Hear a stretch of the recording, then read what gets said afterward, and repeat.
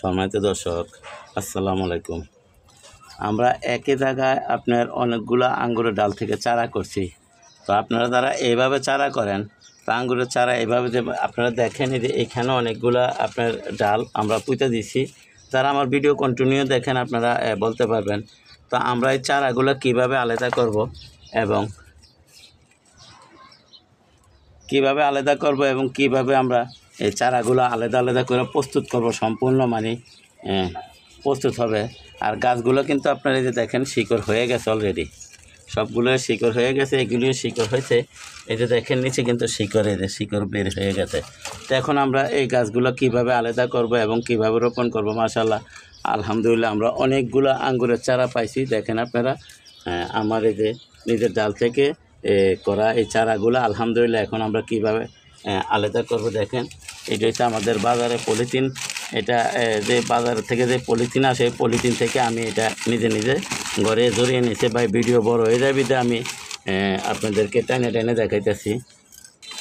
দর্শক, এখন এগুলির ভিতরে আমরা মাটি ভরবো।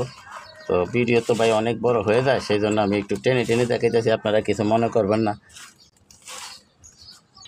দর্শক, আপনারা আঙ্গুরের চারা কিভাবে সহজে করবেন, আমি এই যে সহজ পদ্ধতিটা আপনাদেরকে দেখাই দিলাম। দেখেন আপনারা, আমরা ঠিক এভাবে আঙ্গুরের চারা করলে একটি ছোট জায়গায় আমরা অনেকগুলা গাছ করতে পারবো এবং সহজ হবে।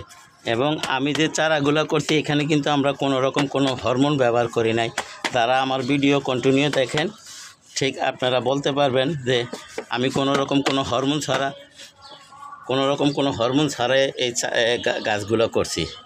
তো খুব সহজে আমরা যেভাবে চারাগুলো করব এবং চারাগুলো যা হবার তো হয়েছে, এবং এটি কীভাবে এখন আলাদা করব।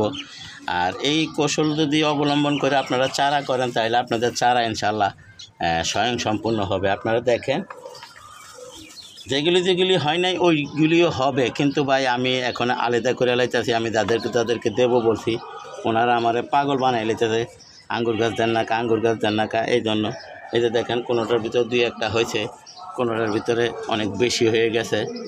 তার সমস্যা নাই, আমরা এইভাবে যদি এই পদ্ধতি অবলম্বন করি, তাহলে আমরা অনেকগুলা চারা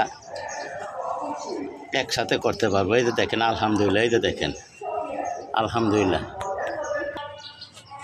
দর্শক, আপনারা দেখেন, আমি ঠিক এইভাবে সবগুলো চারা আলাদা করছি। আর যে গাছগুলো চারা হয় নাই এখনও, কিন্তু এগুলো হবে। আমি যদি আবার মাটি ভরে ছায়াযুক্ত স্থানে রেখে দেই, আবার হবে। তো আমরা এখন কিভাবে অনেকগুলো চারা একসাথে করে আলাদা করব, আপনারা আশা করি দেখতে পাচ্ছেন। এই যে দেখেন দর্শক, দেখেন আমরা ঠিক এইভাবে করলাম, এইভাবে হবে। আলহামদুলিল্লাহ, গাছ একটাও মারা যাবে না। আপনারা ভয় পাবেন না, ভয়ের কিছু নাই ইনশাল্লাহ। আমি একটি রোপণ করে আপনাদেরকে দেখালাম, এইভাবে আমি সবটি করতেছি। আপনারা সেই পর্যন্ত একটু অপেক্ষা করুন। এইটার ভিতরে যে চারা করতে, এই চারাগুলো আলাদা করতেছি। বড় হয়ে যায় বিদায় আমি টেনে দেখাইতেছি। এই যে দেখেন আমি কীভাবে উঠাবো।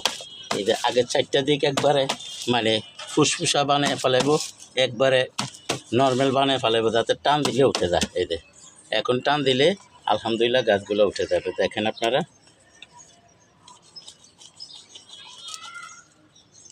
আমি একবারে খুব নর্মাল বানিয়ে ফেলছি। যে শিকড়গুলা, এই যে গোড়া দিয়া শিকড় বের হওয়ার কারণে আটকে গেছে, তো এটি ছিঁড়ে ফেলে আমি, এটি কোনো তেমন সমস্যা নাই।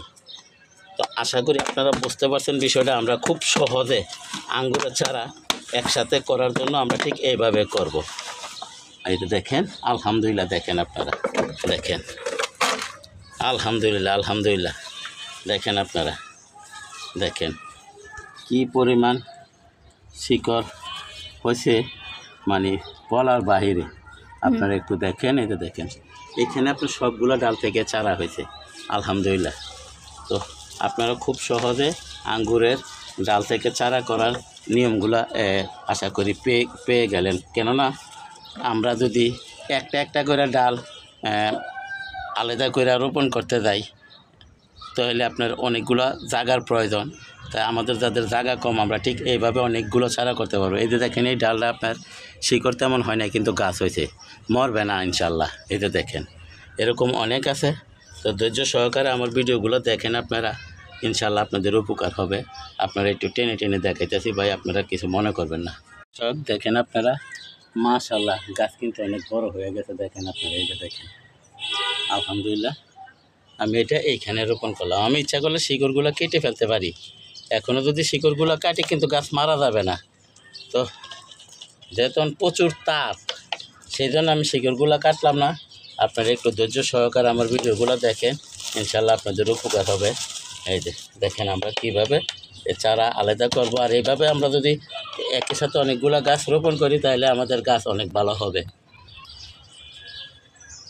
এই যে এখানে একটা চটি দিয়ে আমরা এখানে এটা ঠিকা দিয়ে রাখলাম। তো আপনারা ঠিক এইভাবে করবেন। দর্শক এই যে দেখেন আমরা এখানে রোপণ করলাম, এই যে উপরে মাটি দিতেছি, একটার থেকে একটা খালি করে করে ঢালতেছি, কেননা এই যে দেখেন ছেড়ে দিলে সেটিংটা লড়ে যাবে, এই জন্য। দর্শক দেখেন আপনারা আলহামদুলিল্লাহ।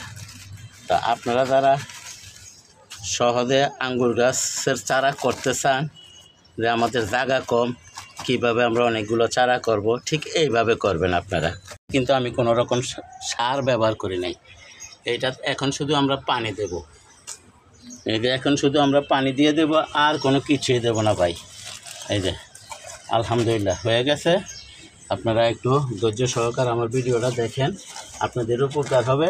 আমরা ইচ্ছা করলে এরকম পটের ভিতরে আমরা অনেকগুলো আঙ্গুরের চারা করতে পারবো। দর্শক এই যে দেখেন আমরা এখন এই যে পানি দিয়ে দিতেছি, বাস আলহামদুলিল্লাহ, আর কিছু প্রয়োজন নাই। এটা আপনার 10 থেকে 15 দিন পর তারপর আমরা এখানে যে তরল জৈব সার আছে, এই তরল জৈব সারটা ব্যবহার করব।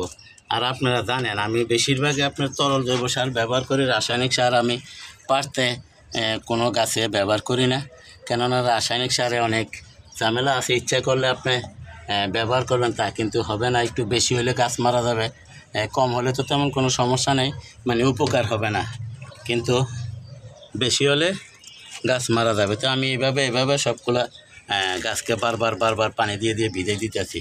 তো দয়া করে আমার চ্যানেলটা সাবস্ক্রাইব করেন এবং বেল আইকনটা বাজাই দেন, আমি যাতে এই ধরনের ভিডিওগুলো ছাড়ার সাথে সাথে আপনাদের হাতে পৌঁছায় যায়, আপনারাও দেখতে পারেন, শিখতে পারেন, জানতে পারেন। আলহামদুলিল্লাহ দেখেন আমরা এক সিজনে ইচ্ছা করলে আমরা 2 সের যেই কাটিং ডালগুলো কাটিং করছি, ইচ্ছা করলে 2 সের 500 আঙ্গুরের চারা করতে পারতাম, কিন্তু আমার তো প্রয়োজন নাই। এগুলি করছি শুধু মানুষকে দেওয়ার জন্য। অনেকে আমার কাছে চায়। আজকেও আপনার ভার্সিটির এক শিক্ষক ফোন দিয়েছে যে ভাই আমার তো আপনার খেজুর গাছ দিয়েছিলেন, তো সেই আপডেটটা আপনাদেরকে হয়তো 2-1 দিন পরে দিতেছি। একই সাথে গাছ আমার টবে যেভাবে আছে এইভাবে আছে, কিন্তু ওনার গাছে, ওনার সৌদি আরবের খেজুর গাছে আপনার ফুল চলে আসছে।